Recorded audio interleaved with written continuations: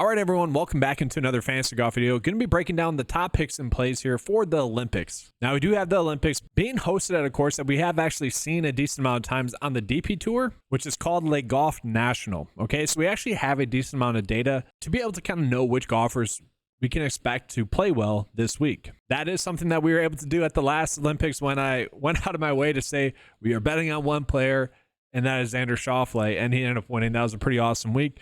That was kind of the start of the extreme fandom for me with Xander, which has led to being on him at the past two majors, obviously. But like I said, we have seen this course at least a few times now on the DP Tour, which is nice. So we have some data to go off of. That being said, I don't think we should be expecting like this dominant kind of stretch that we've been on over the past 3 months. You know, over the past 3 months, betting-wise, have had a winner or really a second-place finisher in every tournament. It's been an extremely good run. Obviously, last week, Max Gracerman being one of those golfers. And it's been so annoying kind of losing to, I don't want to say random winners like Jonathan Vegas, but like guys that you wouldn't naturally end up on. Like Max Gracerman, value-wise, you would naturally end up on him. And that's kind of repeatedly happened. I would much rather just lose to Scotty Scheffler outright-wise than one of those guys. But it was kind of one of those weeks. Good week DFS-wise, thanks to Sam Stevens making the cut. This week, however, it wouldn't be shocking if it is a little bit harder to predict because, well, the data that we have coming in is going to be from the DP Tour, and that's honestly just not always the best. And so when we actually look at the tournament history as well, kind of a mixed bag of stuff. So it's going to say 2020, they took off for COVID 1 year, just as an FYI. So kind of a weird sample size, some different tournament names for it, but we are looking at Le Golf National, okay? And which golfers have played at that. And so really Alex Noren, Thomas Dietrich, maybe a little bit of Ryan Fox, but that's really it in terms of probably who we are going to be going out of our way to play DFS-wise. And really outright-wise, I don't mind Thomas Dietrich, and I'll get into that in just a second. Stat fit-wise, we do know what to be expecting somewhat because we do have some of that data from the course. And so what we know to look at is going to be ball striking and stroke gain approach. This is very much apparently a second shot golf course. Now, what's strange about this course is kind of looking at it between like birdie or better, the scoring stat that we want to find between birdie or better or birdie to bogey ratio. Birdie or better was actually much more significant. Basically, you do need to be scoring. But I also did want to focus on bogey avoidance because this is typically speaking a harder scoring track. I'll get into that in just a second, but the average weighted score is typically around like 10 under par, so nothing crazy. Now, we are going to have better players in this field that typically plays at the DP Tour, but I thought that was interesting. But the top stat fits then basically all the players that you would think. Really no shocks there. Maybe Kevin Yu, slightly shocking. He is someone that can get hot. Alex Noren's popping up. He is someone that obviously has that good course history, so definitely interesting. What we probably want to default to the most this week is going to be looking at that specialist data. And so that specialist data is pulling in all of the unique characteristics for that week's tournament and putting it into one data point. And so I do think that's going to be more clutch this week because, well, a lot of the big name golfers haven't played this track too much. So we look at like no cut events. I think that's kind of huge. Harder scoring tracks, somewhat on the smaller side of length and also somewhat normal. But the top specialists that we do have, Scotty Scheffler, Xander, Rahm is someone that we might be looking at. Collin Morikawa, Rory, Aubert, Connors. And so again, more of the players that we'd be accustomed to probably looking at. Look at the golfers that are in the best form as well. Much better picture from last week in terms of the golfers that are in the best form. Xander, Collin Morikawa, Scotty kind of falling off there. And really, we know why. So this is a measure of the last 7 starts. That's when the data is most significant for recent form. Really, Scotty has one bad start mixed in there, whereas Morikawa and Xander do not. So Scotty, whatever. I mean, it's not a big difference at all here, at all. And we can see over the last 5, we can see the slight difference there. That's how tight it is in terms of form. And then you jump to Connors and then Rory, and we start to make some bigger leaps. Now, Rory's coming in off of a missed cut. We'll see if we're on him. Corey Connors is someone that's actually really popping up this week. Jon Rahm, the best live golfer, I would say, in the field. Then you have Neiman, who's actually, it's tough to gauge him, but it's nice to know that we have a pretty good sample size from those live golfers because we know that the live golf results, at least for the majors, are not really predictive, but at least we do have those major results now to be able to use that for the Olympic data as well. That's a good thing, I would say, this week.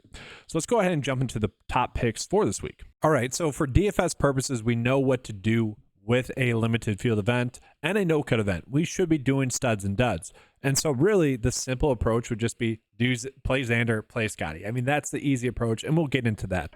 But let's touch on those plays here real quick. So looking at Xander Schauffele, number 1 run play in the 9-5 model, and this is actually still with the Vegas odds adjusting for it as well. I think that's the first week this whole season that has occurred. And I say it that way because the last 2 majors where Xander had won, he was number 1 in the 9 of 5 model, but that was prior to the Vegas data coming in, which slightly does adjust some of the rankings. So I do think that's noteworthy. I think that's interesting. But looking at it, guys, I mean, it really doesn't matter whether you're going with Xander or Scotty, really on paper. Obviously, the result, they will end up mattering in that regard. But for whatever reason, people just don't like Xander.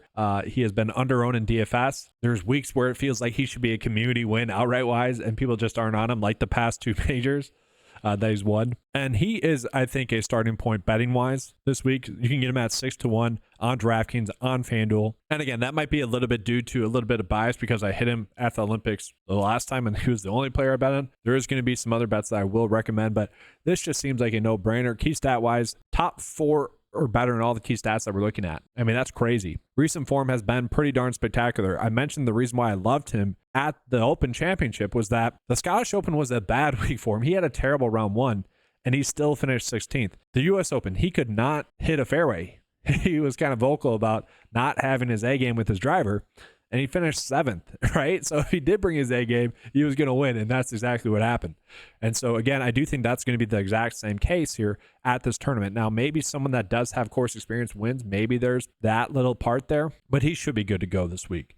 Now, I'm a little bit surprised at the pricing difference between Scotty and Xander.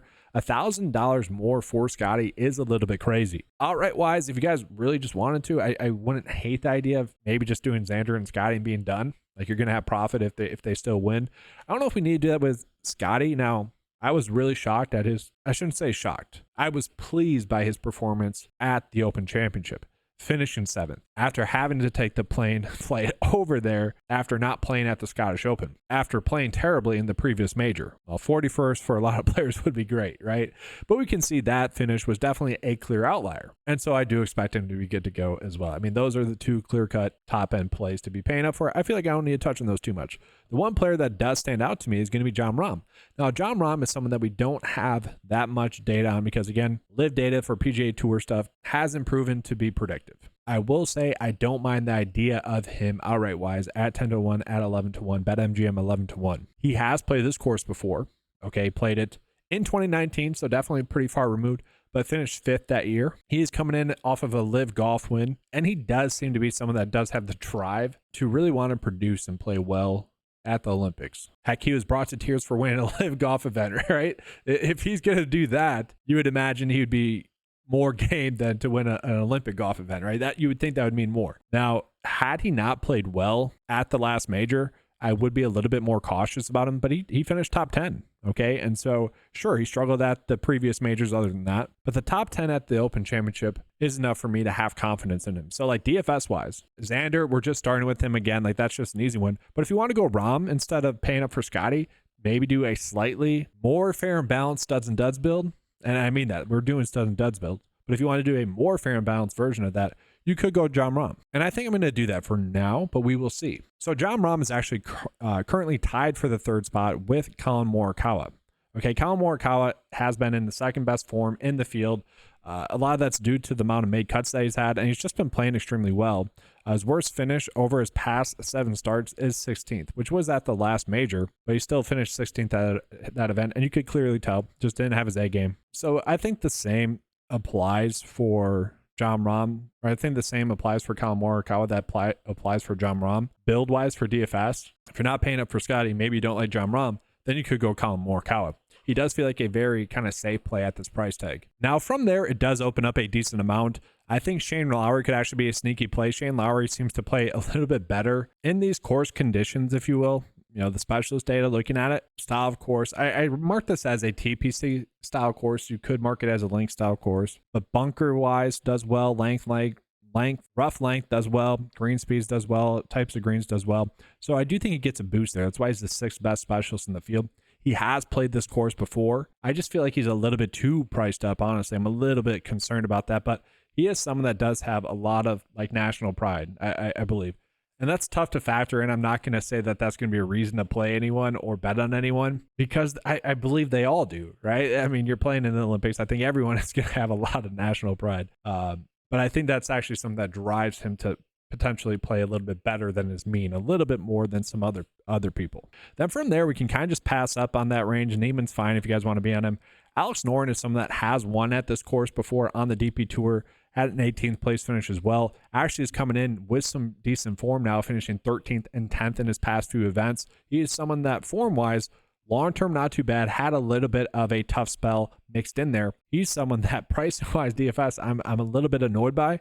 Outright-wise, let's take a peek at him. Outright-wise, I kind of hate the numbers that we're getting as well. 33-1 at BetMGM. A little bit shocking there. And this is one where maybe you're only making 4 bets. Let's say you do Jon Rahm, Xander, and you want to toss in Noren there. I don't mind that. 33-1 there. You know, he is someone that does have that course experience. Pretty strong staff across the board. Top 12 in the field. Top 25 or better in all the key stats that we're looking at. Again, had this kind of rough stretch in there form-wise, but since the 10th and 13th, and then prior to that, 12th, 24th, 3rd. Okay, so him having a good week would not be shocking. And then Corey Connors. So guys, the weird trend continued with Corey Connors. So if you guys are maybe new to the channel or checking out for the first week, there was this weird trend that I noticed basically 2 months ago where, let's look at it, guys. So in his last event, 25th, then a 10th, 27th, then a top 10, then a top 20, then a top 10, then a top 20, then a 13th.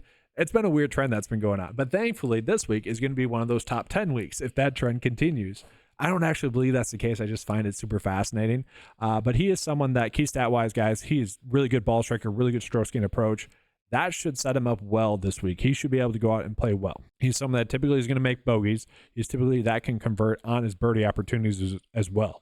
So as you guys know, the 9-to-5 model is looking at both safety and upside in its model ranking. So that's why Corey Connors, who has made 27 straight cuts on the PGA Tour and continues to give us desirable results on the PGA Tour as well, that's why he's ranking out so well in the model, and because he's a good staff hit, good specialist, and strong in recent form. I mean, it makes sense. Batting wise, I don't know if I see it happening. Like, I do feel like this is a good number for him in a limited field event. Like, are there really 10 golfers better than him? I guess it's really up to you guys what you think is a better golfer. I would say no to that question.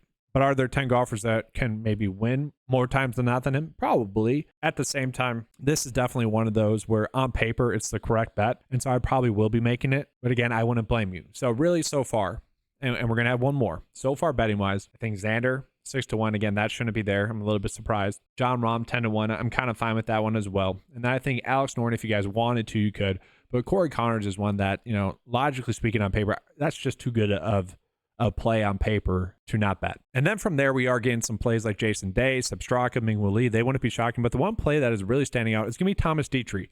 Now, Thomas Dietrich has played in this event over the last 4 times that it has occurred, or sorry, at this course over the last 4 times that it has occurred. And so that's obviously going to be a good thing for him, having that course experience. Now, I do think it's worth pointing out that he does have Olympic experience as well. And I should point out, a lot of the players that I like this week are going to be players that at least have that Olympic experience as well. They aren't going to have to deal with that nuance, or I mean, they are going to have to deal with it, but they're going to be more prepared to deal with, you know, everything that comes with being an Olympic athlete. This is not a normal event, right? It's a little bit different. And so some of these players have been through that before, actually a decent amount of them. I think every player that I mentioned has a good play thus far has already been through that besides Scotty Scheffler. And so I do think that that could be a slight edge. You know, DFS wise, if you're looking at 2 golfers that are the same to you on paper, maybe one played the previous Olympics, that could be a 50-50 decision maker. I'm actually going a little bit heavier than that this week. I'm valuing it a little bit more, you know, in my head, but 55-1. 60-1 on some sites, 70-1 on some sites. I mean, we're getting some very good lines. Unibet, if someone's watching from overseas, that's a good one at 66-1. Definitely more of a numbers bet, but that'd be one where I'd be kicking myself for. Stat fit wise is going to be the slight concern. Not the best in ball striking, but top 12 in stroke gain approach, and really strong in birdie or better percentage and bogey avoidance. So he's really good in that regard as well. The nice thing about Thomas Dietrich is that he is 10th in the field in harder scoring events. So again, I think this is going to be a harder scoring track. That should set up well for him. A slight concern would be that he ranks 26th in the field with this many water hazards in play. We saw that come into play last week where we had many water hazards in play. That is a concern again this week.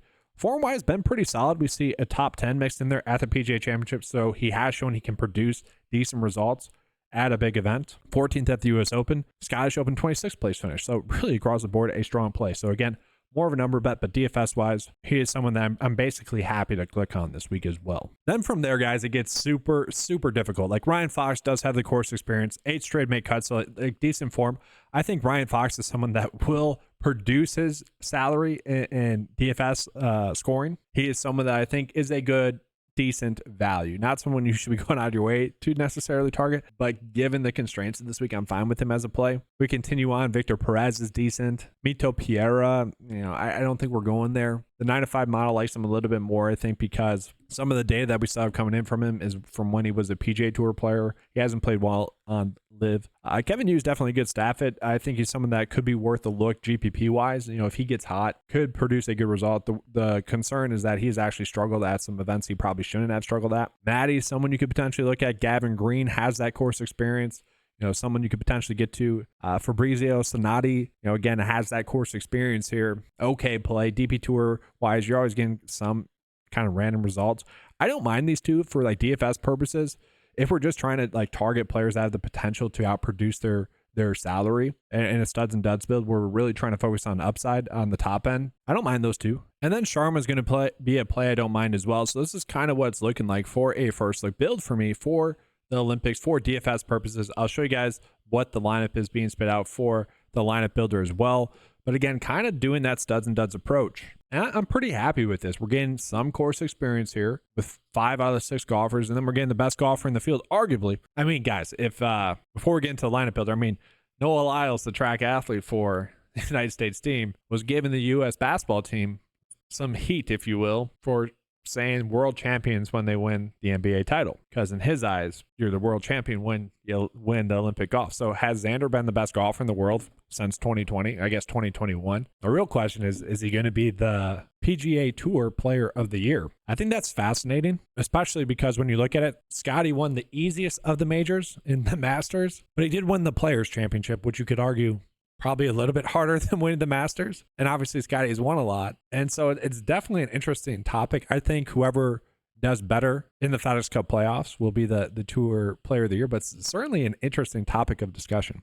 But let's go ahead and show you guys the lineup builder here. And so again, as normal, just going to give it 2 data points to go off of. So let's just round up here with these 2 on the top end. I like to do 3 unique players, 30% max exposure. This led to me having a top 11 finish in a GPP last week, which really not that good.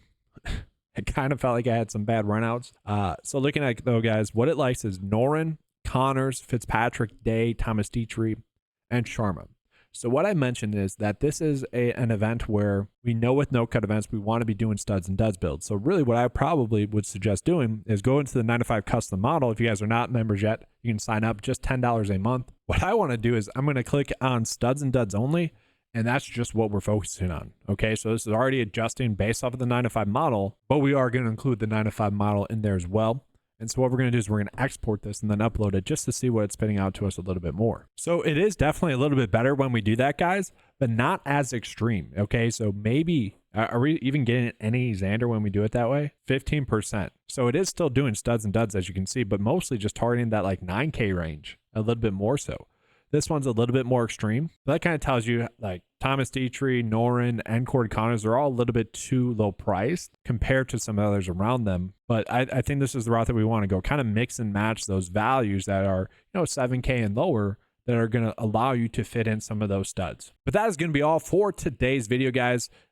Make sure to go ahead and check out 9to5sports.com. Over there, I do a weekly write-up for each week's tournament, as well as all the tools and all the PrizePicks tools. You can get the latest information from me as well if you guys want to sign up for the email notification to get that write-up or to get all the updates. And to the bottom of the homepage, enter your email to subscribe. But that is going to be all for this week's video. Appreciate you guys being here. Good luck this week. Make sure to hit that thumbs up. Make sure to give a like and subscribe. I do appreciate that. Again, if you guys want access to any of the tools, head on over to 9to5sports.com. Available for just $10 a month. Thanks for watching. Good luck. And as always, let's keep cashing.